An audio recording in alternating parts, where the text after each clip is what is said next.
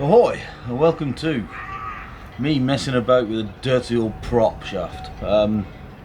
Basically today we've got to get all this off and replace the seals in here. Got to remove all this boss.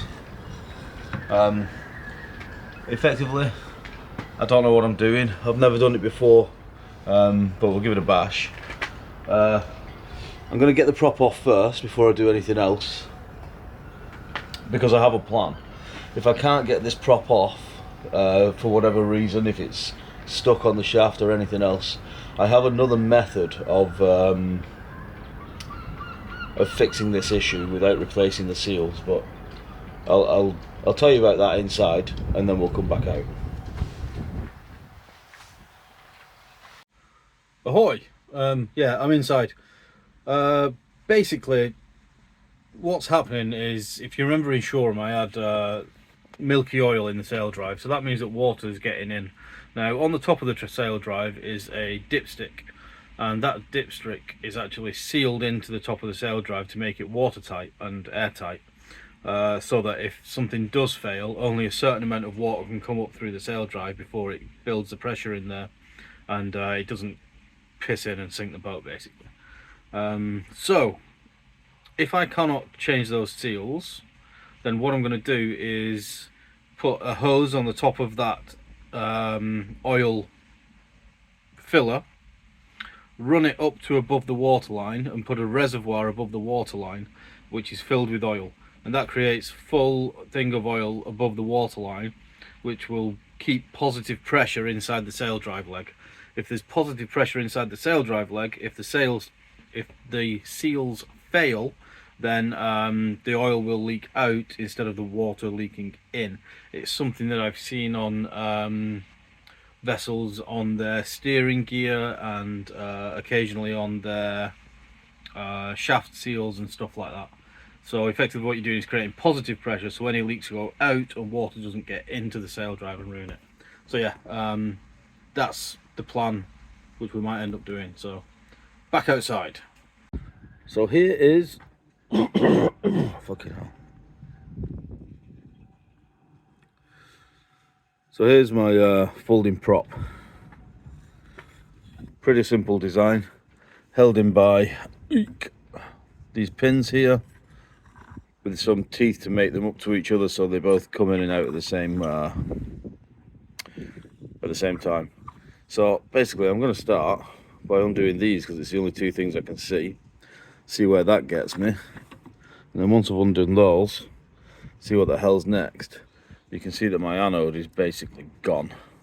I've got those on order, so another one's being delivered tomorrow. We'll sort that, and all this has to come off, which will expose a shaft here, and the seals are in here. So yeah, that's the job. Let's get to it.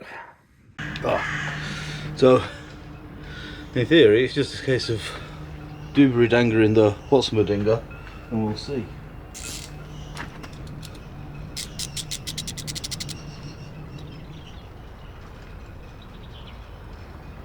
Cool little things.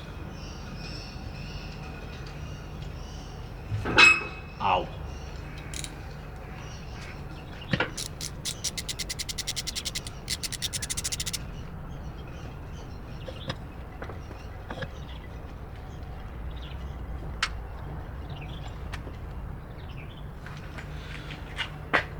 Nothing has become obvious.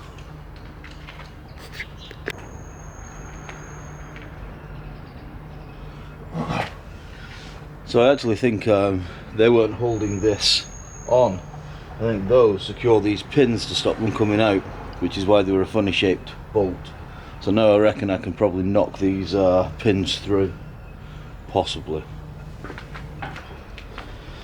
And because we're a brute, we don't have a hammer, we're just going to use a socket and a thingy.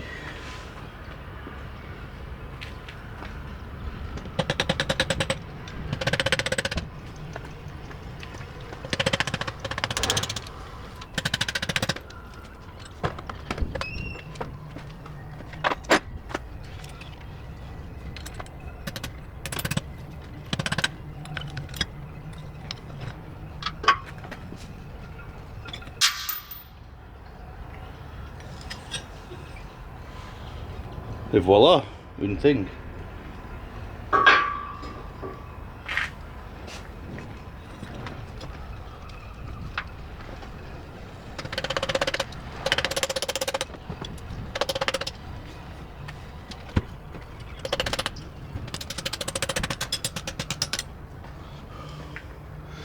Et voila, another thing.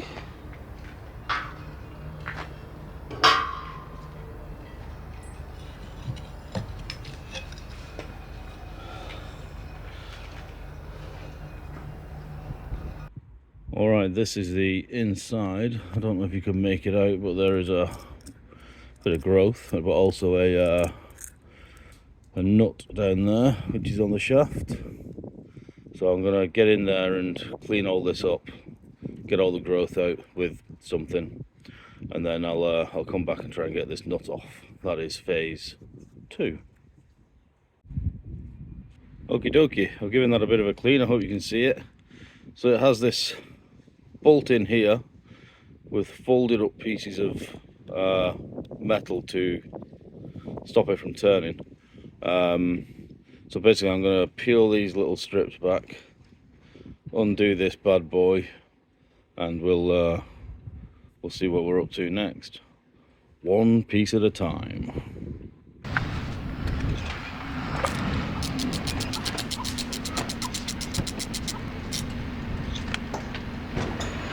And little 13mm bolts.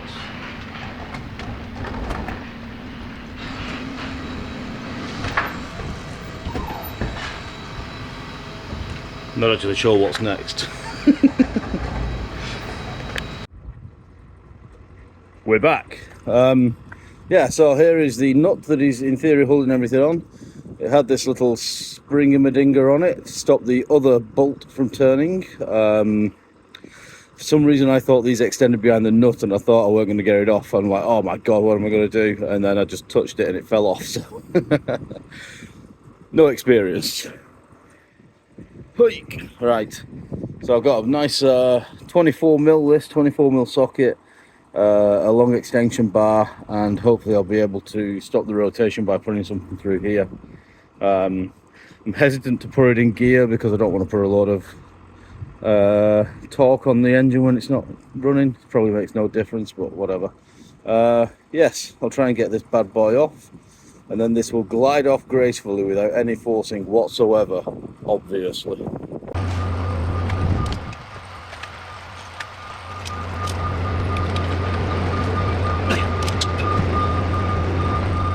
I think I need to clean it up some more inside.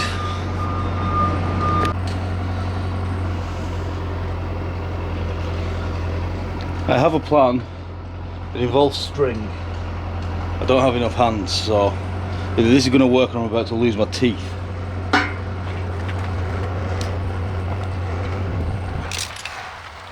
Nope, I'm pulling the Saildrives laterally. That ain't good. I'm going to grab somebody.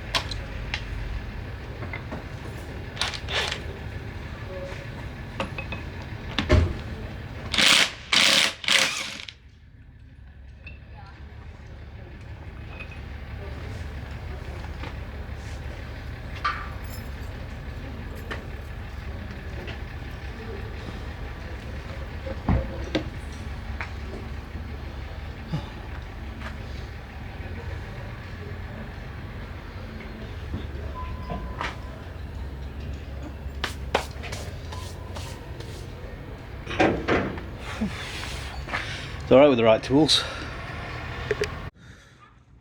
Alright, this is the situation. This is all salt and crap and should not be there.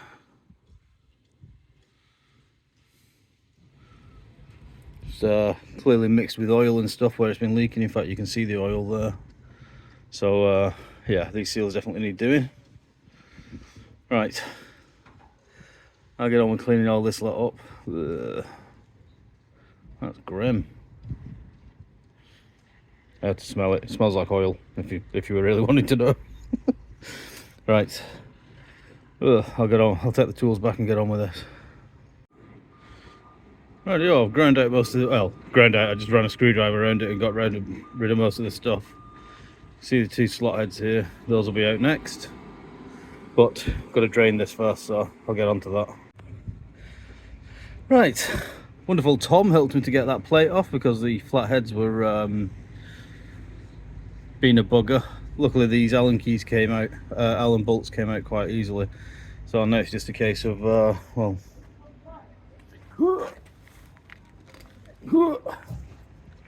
hopefully just giving her a tap, little love tap.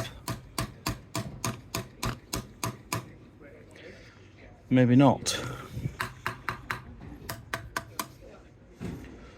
I'll keep tapping and come back.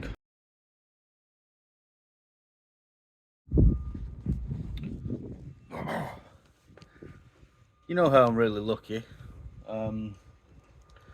This job has grown legs. Oh, it's grown a broken leg. Yeah, simple seal replacement has not gone well, so I'll show you what's wrong. If you look in here, you can see that the aluminium is just absolutely shot. All of this is no good. You can see where it's just flicking away there by hand. This is not seaworthy. The leg itself, unknown whether it can be saved. There's quite a large pit here. However, I don't know how solid that is if it's cast, whether that goes straight through there or whether it is actually hollow in this section. I'm not sure, so I'm gonna scrape all this off. I think I might be able to remove just the bottom half of the leg with those bolts. This at least needs to be replaced. Unfortunately, the place isn't open until Monday and today's Saturday, so I am stuck with this. I don't want to put the through hull in because that'll make it more difficult to get the engine out. So I'm at a bit of an impasse. I've got loads of stuff around the boat I can do, so I'm going to do that. I just won't be filming that. So this has become the end of the video and not a successful one. Yeah, I was really pissed off last night when I've had a surveyor look at it and he basically condemned it. So I was frustrated yesterday. Sick of just running into brick walls left, right and centre, it seems like, but you know, what can you do? You can just carry on, because if you don't carry on, what are you going to do? So yeah, I'm going to speak to this Marine Enterprises, I think it's called, near Dorchester or Yeovil, and see what they've got in stock and have somebody professionally look at the leg in person. See if we can get away with just doing the bearing carrier. If those bearing carriers are prohibitively expensive, I think I can make it. It is effectively just a plate of aluminium. I know this is cast, but you could make this out of one solid piece with just the holes in it and the central hole in it milled out. Yeah, I mean, I don't know. I'm stuck, which means this is the end of the video. It doesn't look like I'm going to be going when I thought I was going to be going, because there's no way I'll have enough money now, because it's going to cost probably £1,000 or something for a lower leg, which is really what it needs. So effectively I'm going to have to continue working for a little bit if I can get a job, because I've handed in my notice and they took on new people, so I won't be getting my old job back. yeah, we'll discuss all this, but for now, it's the end of the video. Well, that was all doom and gloom, wasn't it? That was a couple of days ago as I'm filming this here. Basically, that Saildrive leg isn't seaworthy.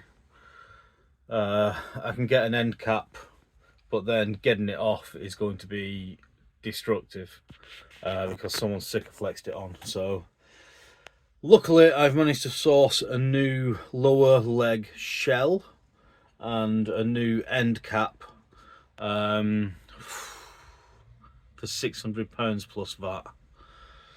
£720, but at the end of the day the boat isn't seaworthy without that on. That's the way I've got to look at it. So yes, I think I can remove that from the outside of the boat. So I'm going to take the old leg off, and it's just a shell, so I've got to take all the internals out of the old leg. Hopefully they're all right, and then put them in the new leg. Otherwise it was going to be £1,000 plus VAT, and I only have